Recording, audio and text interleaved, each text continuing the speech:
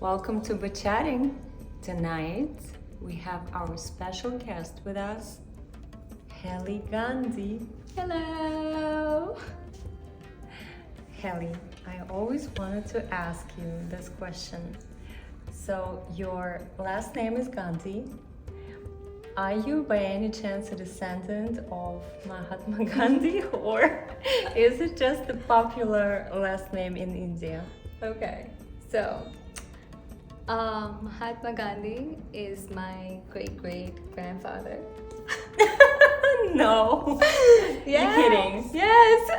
No, I'm kidding. Okay. Is there a central bachata or any bachata community in India?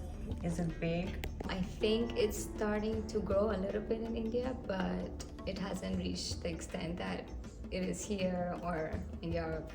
Yeah. Do you think it has the potential to grow? Oh yeah, 100%. With the population of India, hell yeah. Can you describe your perfect dance partner? Please. Yes. So, a perfect dance partner for me is someone I could connect with the rhythm of music, with the movement, and I don't even have to know the name of this person. Oh, wow. It just has to be solely dancing. Maybe in a place where we both close each other's, or not each other, our own eyes, where that's the level of connection I look for. And actually, I've had a few dances in the past where it's just purely connection, just music and feeling. That's it. Mm-hmm. Yeah. So he connects to you deeply. Anything else? What makes him perfect? It's the movement with musicality. That I think makes it perfect, and with that is the connection. That's what makes it perfect, because sometimes you have the musicality but you don't connect. Sometimes you have the feeling but you don't have the musicality. When all of this just comes together, it's a perfect recipe. Got it. A disaster.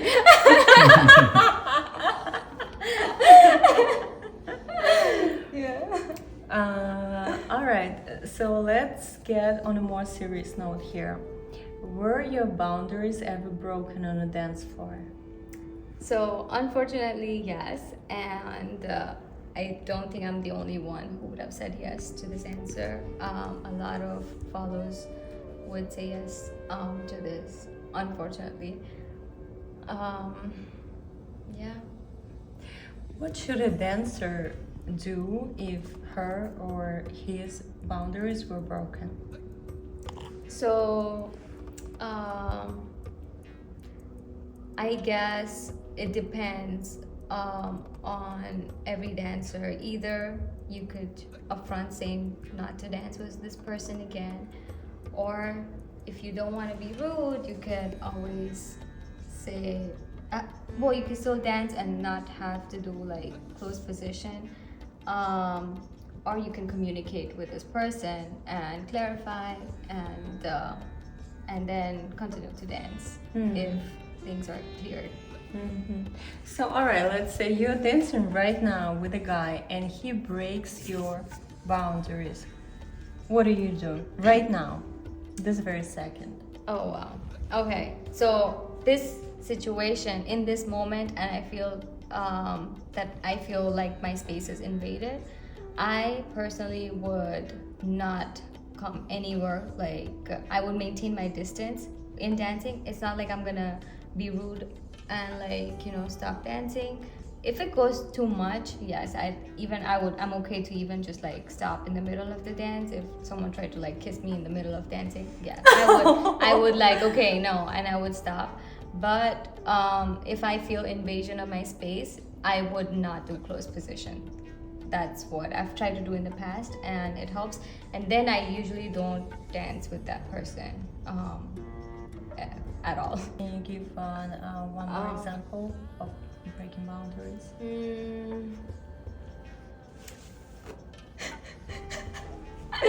It's okay. The whole community is listening. Just say it. Well, there are people who actually try to touch the Grabbing. follows in where they're not supposed to, right? And this has happened too. And we know where you're supposed to touch, where you're not supposed to touch the girl. Like, so in those moments, I immediately go afar. I don't follow anymore in that moment, and I just like don't do close position. And sometimes I break off the dance in between, and I just like, okay, thank you, like that's it. It's very uncomfortable for me when I put in that situation, but luckily for me, this in New York, I haven't seen like people who come off like too strong that way, and a lot of people have technique. The community is nice and kind, and it does make me feel safe here in New York so far. Yeah. What's your ultimate goal in dancing? Okay, that's a nice question. So when I started dancing, I like, because of my work, I think I come from a very like stressful situations and stuff. So when I come dancing, all I want to do is have fun, like enjoy and connect without having to talk to anybody, you know. That's and just unwind, because I already talk to people at work. I just feel like here's a place where I could just connect, feel, communicate without any words, and it helps me unwind. It's just like the easiest thing to, just be there in the moment and be present, and that's it. Be it. Okay, that's the That's my ultimate goal. Literally, that Got is it. my goal, to keep doing that. Right. Have you ever had a dance with someone with whom you didn't want to dance? Yes. Yeah. Okay. Is it rude to refuse a dance? I don't think it's rude, because there could be multiple reasons why you are saying no to a person in the moment, and it could be either, let's say, you're tired, or it could be you want to change your shoes, or it could be anything else. You're waiting for somebody else to dance with for like all night. Okay. So, or it could be something else, like we talked about, like it could just be the fact that you don't feel comfortable with this person. So I don't think it's rude. I think you should just do what you feel like in the moment and be there, so you can enjoy yourself too, right? Yeah. Right. Do you think people get upset when they get turned down? Oh yes, of course, all the time. I get upset when I get turned down. So yeah, of course, yeah. Okay, and so the question is, how do you pass on a dance without hurting another person's feelings? Wow, interesting. So I don't think there is an easy way to say no. I think you just have to say what you need to say.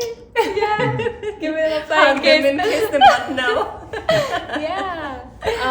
Yeah, it happens. I guess it's just like, it's not even like, well, there are people who, I've seen dancers who prefer dancing with beginners, who only prefer dancing with, so beginners usually prefer dancing with beginners, and then advanced people usually try to dance with advanced.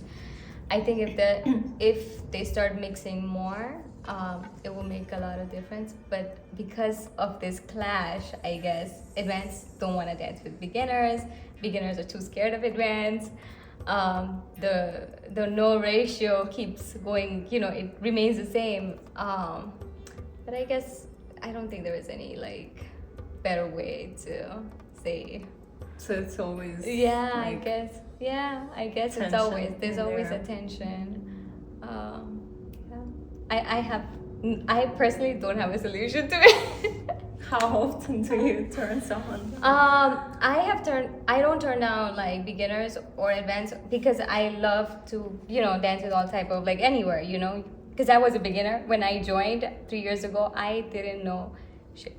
So so I know how it was like and how dreadful it is to even just go up to an advanced dancer and be like, hey, would you like to dance? And chances are they're gonna say no. But to be able to dance with them and learn from them, it's beautiful. But sorry, what was the question? I completely zoned out. What's okay? Well, let me check. The question was,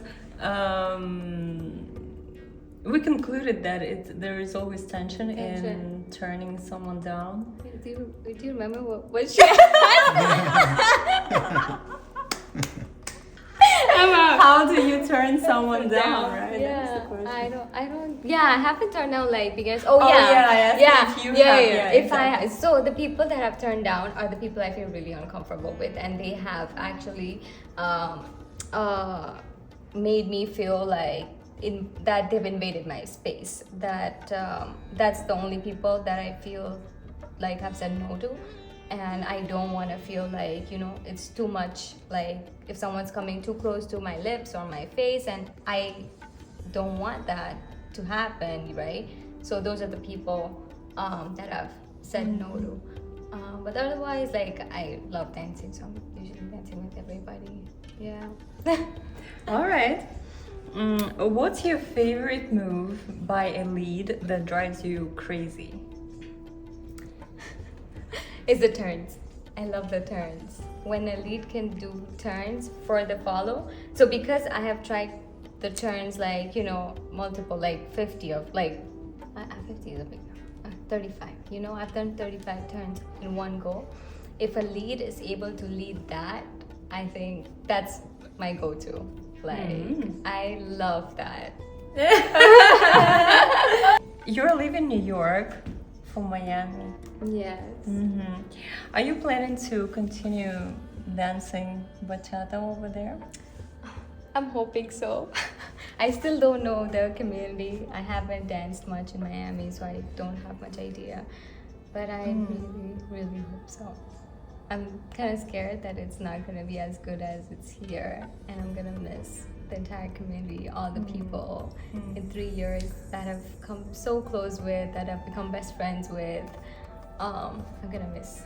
I was gonna ask you next. What are your expectations from the Miami bachata community? But looks like you haven't tried. Zero. No, you don't know anything. No. Well, I'll tell you that there is a huge bachata community in Miami, so you're in good hands. Oh my God, I hope Miami so. people, I'm coming. All right. So, can you give us a little farewell, for our New York community? Oh. So, what? Okay, I'm gonna ask you. Anything, just your final farewell, and hopefully you come back. But for now, you're leaving, so I know. Your last words. Yeah. The final speech. So I want to just say, like, come in, be open, be kind, just have fun, connect with the people that you can. You don't have to talk. All you have to do is move and just connect. Yeah, feel. That's it. A winner. Does it work? Yeah, I think it does, but I have to open it. Oh, that's so interesting. I thought this was like a... Right. Wow. Okay. That is cool.